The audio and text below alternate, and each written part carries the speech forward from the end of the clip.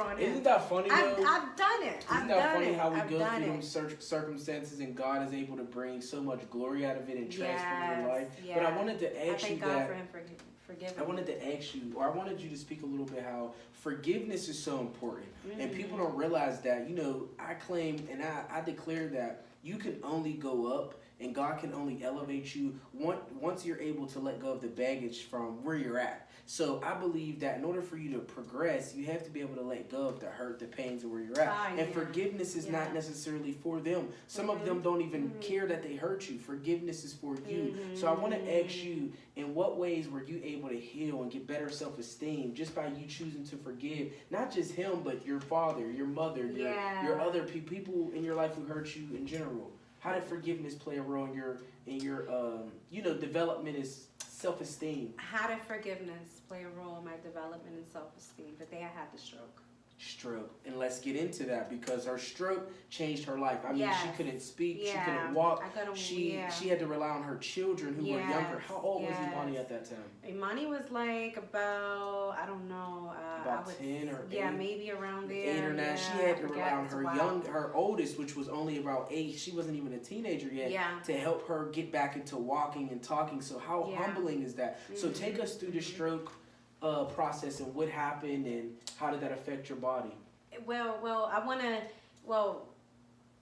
How the forgiveness came. I wanted to go to that part too. Touch on that first. Because how I was able to forgive all the hurt in my life, right? Because when I was on that floor and I had that stroke and I was on the floor and I lost my eyesight. I lost it all. I couldn't walk. I couldn't talk. I was on death row. Wow. You see what I'm saying? And when I heard that voice, I heard God, and I heard Him, and I heard just the words of the baby.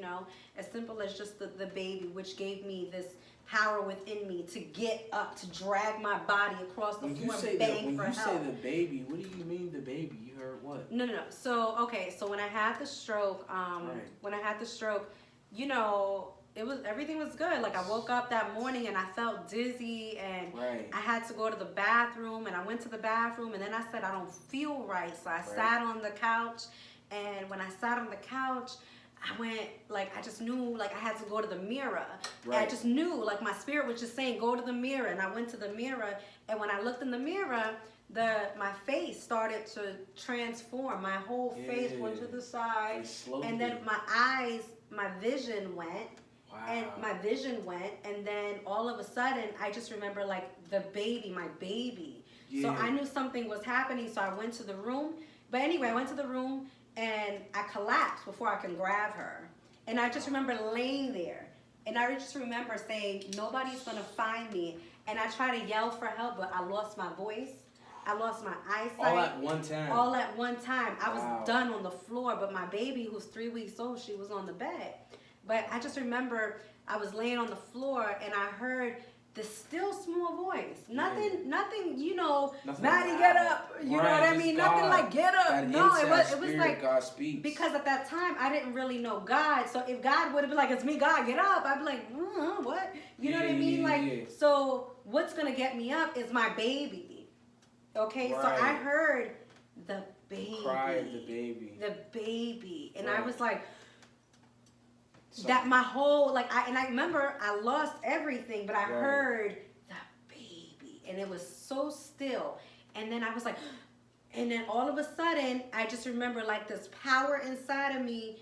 I just my right hand side was like all paralyzed, but I just used my left side because I heard, I just was hearing, it was just coming. And I heard Holy Spirit, go to the door and pull down the curtain, bang for help. And I'm like, you ever seen that? You ever seen the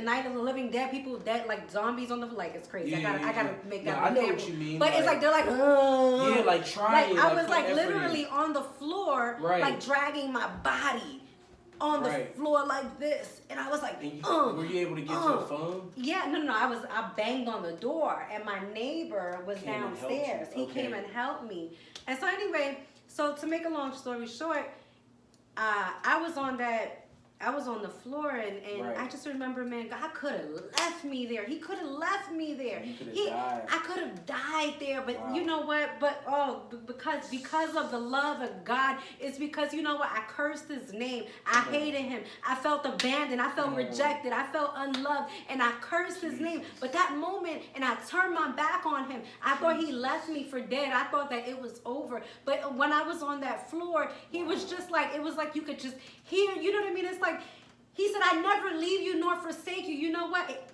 Man, it's like I turned my back on him, but in that moment, it's like he said, get up. You know what I mean? He's a good father because he says he's a good father because even though you turned your back on me, even though you said you hate me, even though you cursed my name, I'm not going to leave you right there like you did me. Get up and pick up your mat and come on. And you know what? And that's the beauty. That's when I said, if you could forgive me, who am I not to forgive the people around me who've hurt me? Amen. So for me, to this day, when people still do things, I gotta remember I could be on that floor. I could still be on that floor. But his love and his mercy, he kept me. And you know what? He didn't have to save me. He could have let me go. He could have been like, man, you know how like we diss people like, oh, you did me wrong. You know, you can stay right there. But God is so faithful. But he's such a good He's father. So faithful to he's us. a good father. He is. He's a good father. It's like a good God father. is. He's a good father to the point. It's like, look, you know what? You know, my son, you know, your son curses you out, you know what I mean? But you're still going to get up, son. You're it's still okay, gonna go here to support. And that's the beautiful thing about having a relationship with God and that not was that depending moment. on just the church or just the religion, That but was having that God, moment. because sometimes the people in church will fail you. Sometimes that religion will fail you. Sometimes the people in church will leave you on the floor to die. But see, when you have that relationship with Jesus Christ, God says, I'll come to the rescue. I don't need a man to help you. I'll come to the rescue. So that's why I really encourage you to get to know God and Jesus Christ for yourself and to start praying and start talking to God as the Father, because he will show himself to you. But I wanted to say, so when you were in the hospital and you were going through the recovery process, how is that affecting your spirituality? Were you praying more? Were you talking to God more? That's where you really tapped in, huh? Yeah. That's where God revealed himself to you. And I say this. Sometimes God got to take you through some things. Oh, you know, he got to take you, forget the valley. I went through straight up hell. It was hell for me, man. But the whole time, she was a kingdom kid. Show me your shirt. Man, Show me your shirt. The whole time, she was a kingdom kid. That's the plug, the kingdom kid. The thing, man, I tell you, it took me in that hospital. See, if it wasn't for that stroke, man, if it wasn't for that stroke, you know what I mean? What the enemy meant for bad, God did for good. You know what I mean? What he meant for bad, God did for good. Because it was in those still moments of the night when I was by myself. It was in those still moments of the night where I was hearing God. I thought I was on drugs. Right. I was hearing all kind of things, and I was like, man, they got me on a lot of medication in here. I'm hearing stuff. But I tell you, it was in those moments, those late nights in the hospital where I was able to have encounters, not just, you know, not just prayer time, but not just prayer. They were encounters. They were encounters. And the moment I knew God was like, I knew from the moment of the stroke, like, you know, man, this is, you saved me. But in that moment of rehab, when it was at 4 o'clock in the morning, where I heard, you know, Madeline, you know, not Madeline, but, you know, go to the chapel. That's the only thing I heard. Go to the chapel. And I was like, go to the chapel? But I'm in a wheelchair. How am I going to go to the chapel? I'm in this wheelchair. My head is like this. My face is like this. She was in a wheelchair. Stand up. My face is like this. She was in a wheelchair, but look at this. Stand up. Do a little walk in place for us. Oh, okay. Do a little walk in place. Yeah, Look at that. walk. Look at that. Walk. Look at Yes. that. God can heal. I don't know. God is a healer. Look at this. She's But- a proof of the healing power of Jesus Christ. Yes, and the she hands, is walking. the feet, the face. I mean, just everything. My You know, face like this is was important, like this. guys. You need to know if your family is sick or going through anything, come on. God will heal you. Man. And it's through those dark times that God speaks to you and He has them encounters with you. Because, like you said, it was through the midnight hours.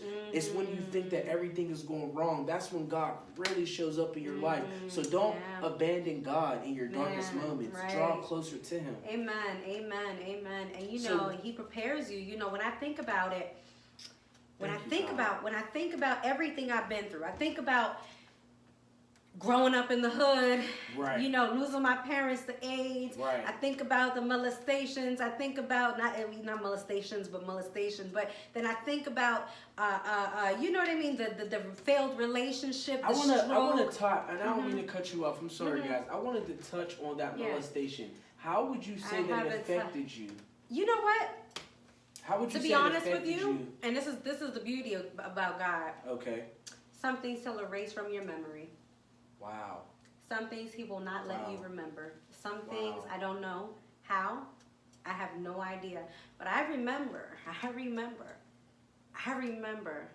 And you got to be careful who you leave your kids with. Come on. You got to be careful Come on. who We you were leave your kids speaking about that with. behind closed doors. You know, and you just really got to be careful, man. Because the generational curse will come back for your kids, for their kids, and they'll keep it up. But you know, but now, you know, God took it from my memory. So your parents left you with somebody. No, we all lived together. You know what I mean? Well, you know how Puerto Ricans do. We were up in the projects, like 15 in the house. Like we were sleeping 2 at the head, 2 at the foot. Like for real, it was real. So it was like my whole family. We were like all living together. But anyway, yeah, it was a cousin of mine, and how old were you? I don't remember. I really don't. You under 5? No, I was older maybe. I don't even remember. Okay. But I just remember that moment though. But it never. You may have tried me, right? but you didn't get me. But it didn't continue to happen. No, he didn't get me. He didn't get you all the way right. Right, he because I took the lamp and I smacked him with it and left. And so it never, you know what I mean? So it was like, you tried me, but the lampstand was right. Of the lampstand was right. The lampstand was right there. And it was like, crack! You know, and it was just like. Did you expose that to your mom or your dad? Did you expose that? Or you left it?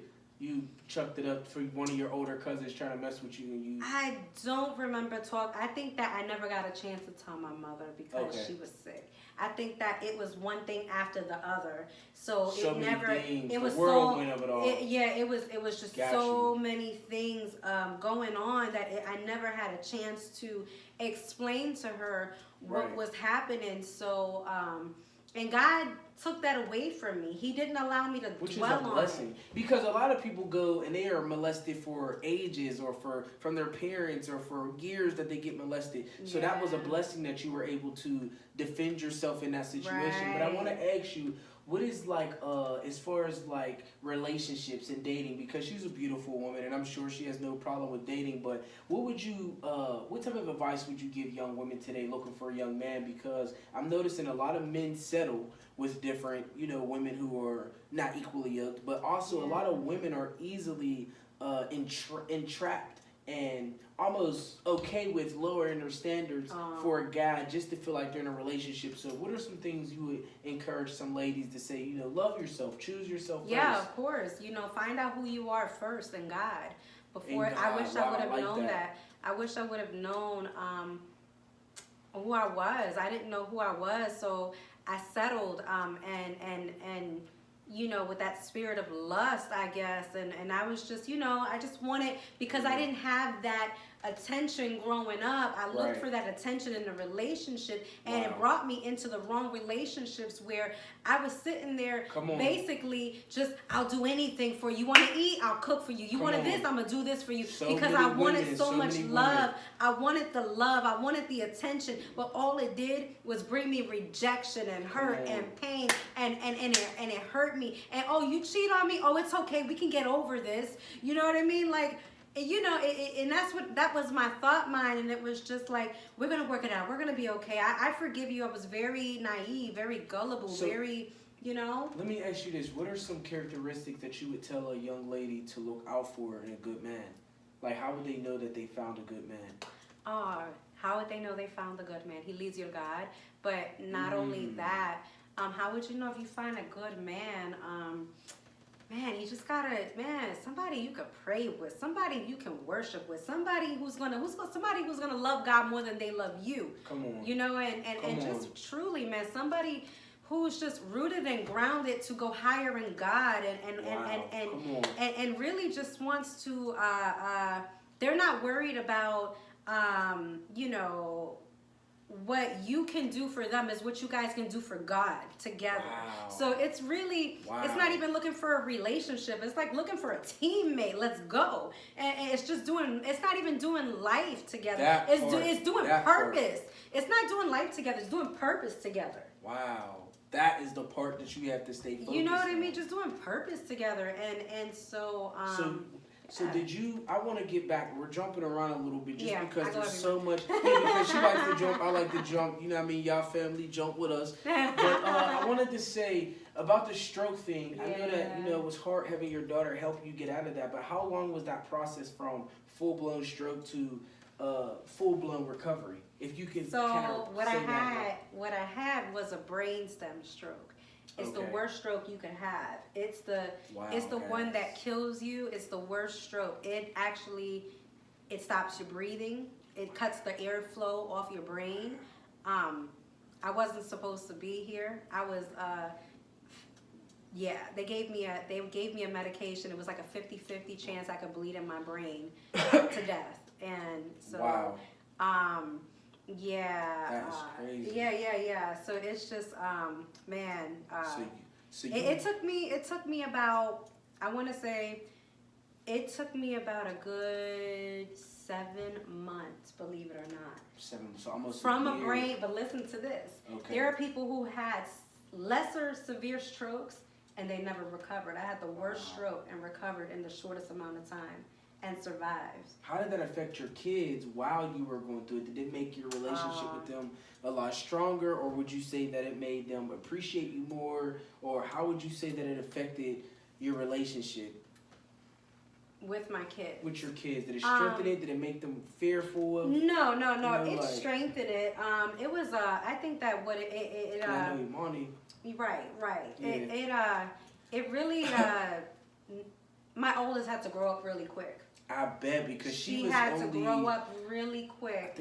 Matter of fact, Imani is actually here, so I wanted to bring her in for a second. So come on, get from behind the camera, come over here. We want to ask you. So like I said, I asked, you know, her mom, how did it affect the relationship? But I want to ask you, Imani, how did it affect your relationship with your mom when you had to help her through all those, you know, hard days with her having a stroke? You had to watch that, like, hand in hand. How was that affecting you and your relationship with her? It was kind of like I had to take a step back and like really think about like there's no one I can get mad at. Right. So I kind of just had to figure out like, okay, I have to just keep going with the best way I know that this can be solved. Right. Which was just, I had to play a lot of hats. I Right. had to play, you know, like best friend and therapist and big sister and husband and like give advice and everything. Keep it 100. And it was hard, especially like when it got like in high school, some things was still occurring and everything, and it got hard, and trying to find my own identity at that time. It definitely got hard, but it was just to a point where there was no one that like I could really like talk to really about the situation, but God, and it was just like I didn't have those answers just naturally. Like God gave me those answers, because I could have easily just been like, I'm not doing this. Like what? Like I shouldn't do this. I could have ran away with friends. Went to alcohol. Went to a lot of things that were my friends were doing. And she could have chose a different path. Yeah. That's what I was going to ask you. So, would you say that strengthened your relationship with God, like through that situation? How so?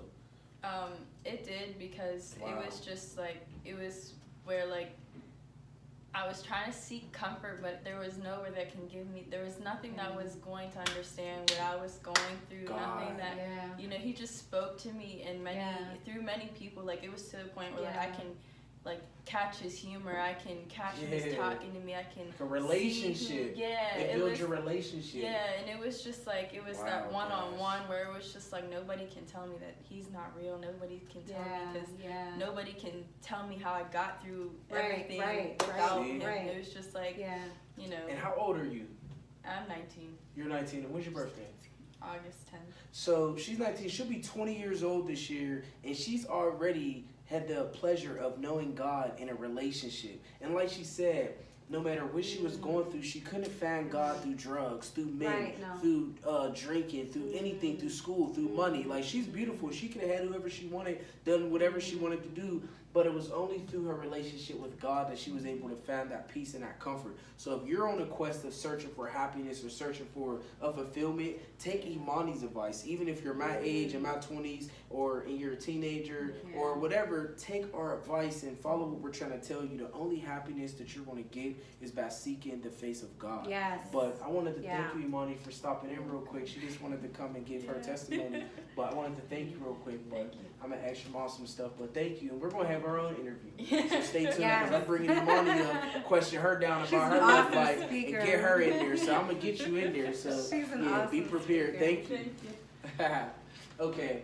So in closing, I wanted to say that another thing that Madeline does is she's a speaker. She goes to events, she speaks at women's meetings, she speaks at conferences. You know, God uses her to speak. I don't know if you guys can tell, she has a gift of speaking, but she has a big testimony and she has a big, powerful presence of God. I don't know if you can feel it through the camera, but she has a genuine heart for God and she keeps it real. One thing you're going to get when you get her is real, and you're also going to get love through Jesus Christ. So I just wanted to ask her, you know, what would be her message that she would want to convey to the world, and what would be, you know, her stance and that she would want to share with you guys, because I'm going to put her information at the bottom of the video.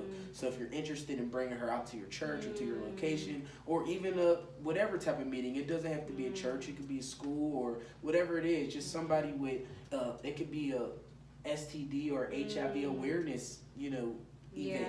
But what are some things that you would want to share with your just want to share with you the importance, you know, about safe sex. You know, I want to share with you that it's important. I need all of you to understand that it's important for you to have protected sex, because you got to think about, you know, I was that kid. I lost my parents, you know, off of someone else's mistake. So your mistake, you coming home and you bringing that to your wife, and you don't know, but you're killing her, and then now your kids are going to be orphaned because of your mistakes. So you got to think. You got to think.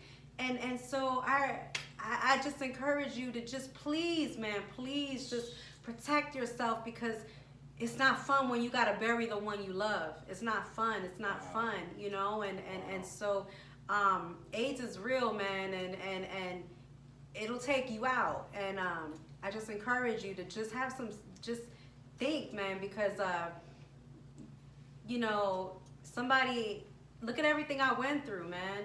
So much, man. I didn't choose this life, but you know what? It happened. And you know what? By the grace of God, he kept me with his right hand and surrounded me with his love. You know, yes, I felt orphaned. Yes, I felt alone. But through the blood of Jesus Christ, I was able to overcome and get back up and pick up my cross and get to where I need to go. And I thank God for that. And so you can overcome. No matter what obstacles that you're facing, no matter what it looks like, it doesn't matter who's there for you in the background. It's no matter, nobody, sometimes you don't, so what, you don't have nobody cheering you on in the background. God is with you. He said, I'll never leave you nor forsake you. So you know what? Believe that. Even if nobody's cheering you on, keep going, because the power is in you. Man, if I could do it, I'm no better than you. I'm no better than you. I'm not, man, I'm no better. I'm no better. So you can overcome. You can overcome. And I'm a witness to it. I'm a witness to it. You can overcome. So don't believe what people are saying to you. Don't believe the lies of the enemy that it's over, because it's not. Amen. And so that's my message. She's only in her 30s. That's you know my what I mean? message. And God is doing incredible things in her life. And you know what? This is a testament to being a Kingdom Kid. And I just don't want you guys to get it twisted. Kingdom Kid Worldwide, which is the nonprofit that I represent, that I'm the president of, it is not just talking about a kid as, you know, little kids, but we are all kids compared to God. Yes. God says that a day in his court is 1,000 years to us. So we are all babies compared to God. So therefore, when I represent that Kingdom Kid and we represent the Kingdom Kid, we're saying that we are God's kids and we are royalty. So I just want to encourage all of you guys, like Madeline, like Imani, like myself, Kingdom Kids, stand up. I thank you for this interview, Madeline. You were such a blessing. I had a blast chilling and hanging out with you, and I'm sure that people are going to be encouraged and be blessed by this message. I pray you and are. I ask that you guys comment below, and I ask that you guys subscribe and like this video. Thank you. God bless you. Peace.